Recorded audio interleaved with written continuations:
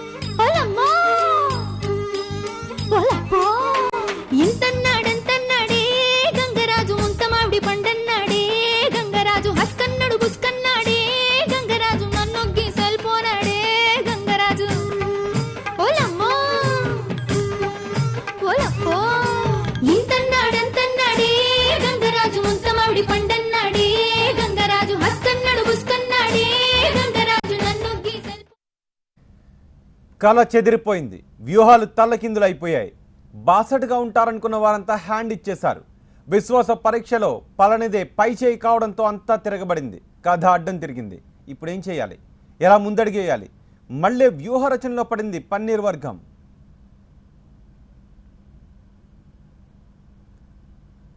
అనుకున్నదొకటి, జరిగింది మరొకటి. కలలు కళ్ళలైపోయాయి. భవిష్యత్ ప్రశ్నార్థకంగా మారిపోయింది. ఇప్పుడు ఏం చేయాలి? ఎలాంటి వ్యూహాన్ని అనుసరించాలి? ఇదే పన్నీర్ వర్గాన్ని ఇప్పుడు తీవ్రంగా కలవరపెడుతోంది.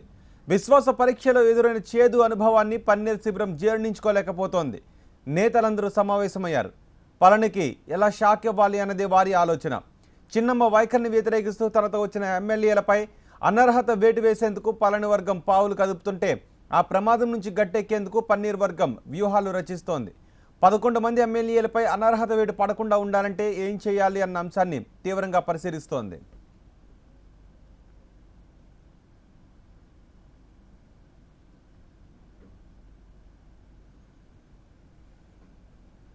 విశ్వాస పరీక్షలో నెగ్గిన పళని సర్కార్కు ప్రజామోదం లేదన్నది పన్నీర్ వర్గం వాదన. ఇదే అంశాన్ని తమకు అనుకూలంగా మార్చుకోవాలని ప్రయత్నిస్తోంది. తమదే నిజమైన అన్నా డిఎంకే అని, తమను పార్టీ నుంచి బహిష్కరించే అధికారం శశికళకు లేదని వాదిస్తోంది.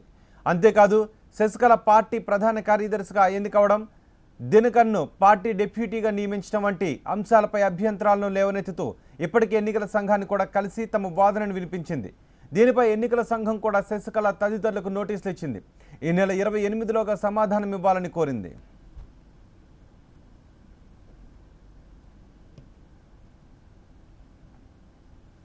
కేవలం ఎమ్మెల్యేల మద్దతు మాత్రమే ఉన్న పళని సర్కార్కు ప్రజల మద్దతు ఏమాత్రం లేదని పన్నీర్ అంటున్నారు. తమకు ప్రజల అండ ఉందని, దీనిని తమకు అనుకూలంగా మార్చుకునేందుకు అమ్మ పేరుతో కొత్త పార్టీ పెట్టి ప్రజల్లోకి వెళ్లాలని ఆలోచిస్తున్నారు. జయలలితకు వీర విధేయుడిగా ముద్రపడిన పన్నీర్ సెల్వం ఇప్పుడు అమ్మ పేరుతోనే పార్టీ పెట్టే ఆలోచనలో ఉన్నారు. అమ్మ డిఎంకే పేరుతో కొత్త పార్టీ పెట్టేందుకు సన్నాహాలు చేస్తున్నారు. కొత్త పార్టీపై నేతలతో చర్చిస్తున్నారు. పార్టీ పెట్టడం వల్ల తమకు అనుగురే ప్రయోజనాలను కూడా బేరీజు వేస్తున్నారు. అమ్మకు నిజమైన రాజకీయ వారసుడిని తానే అంటూ అటు కార్యకర్తలకు ఇటు ప్రజలకు తెలియజేసేందుకు ప్రయత్నిస్తున్నారు.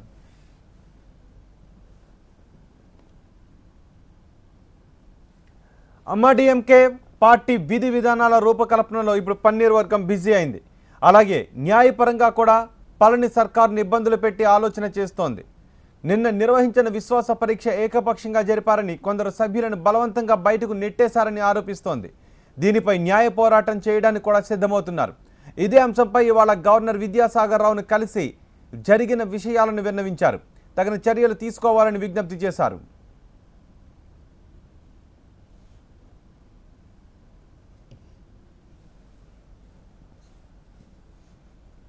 త్వరలో ప్రజల వద్దకు కూడా వెళ్లి జరిగిన పరిణామాలను వివరించేందుకు సన్నద్ధమవుతున్నారు. ఇప్పటికే తాను రాష్ట్ర వ్యాప్తంగా పర్యటిస్తానని పన్నీర్ సెల్వం ఇటీవల ప్రకటించారు కూడా.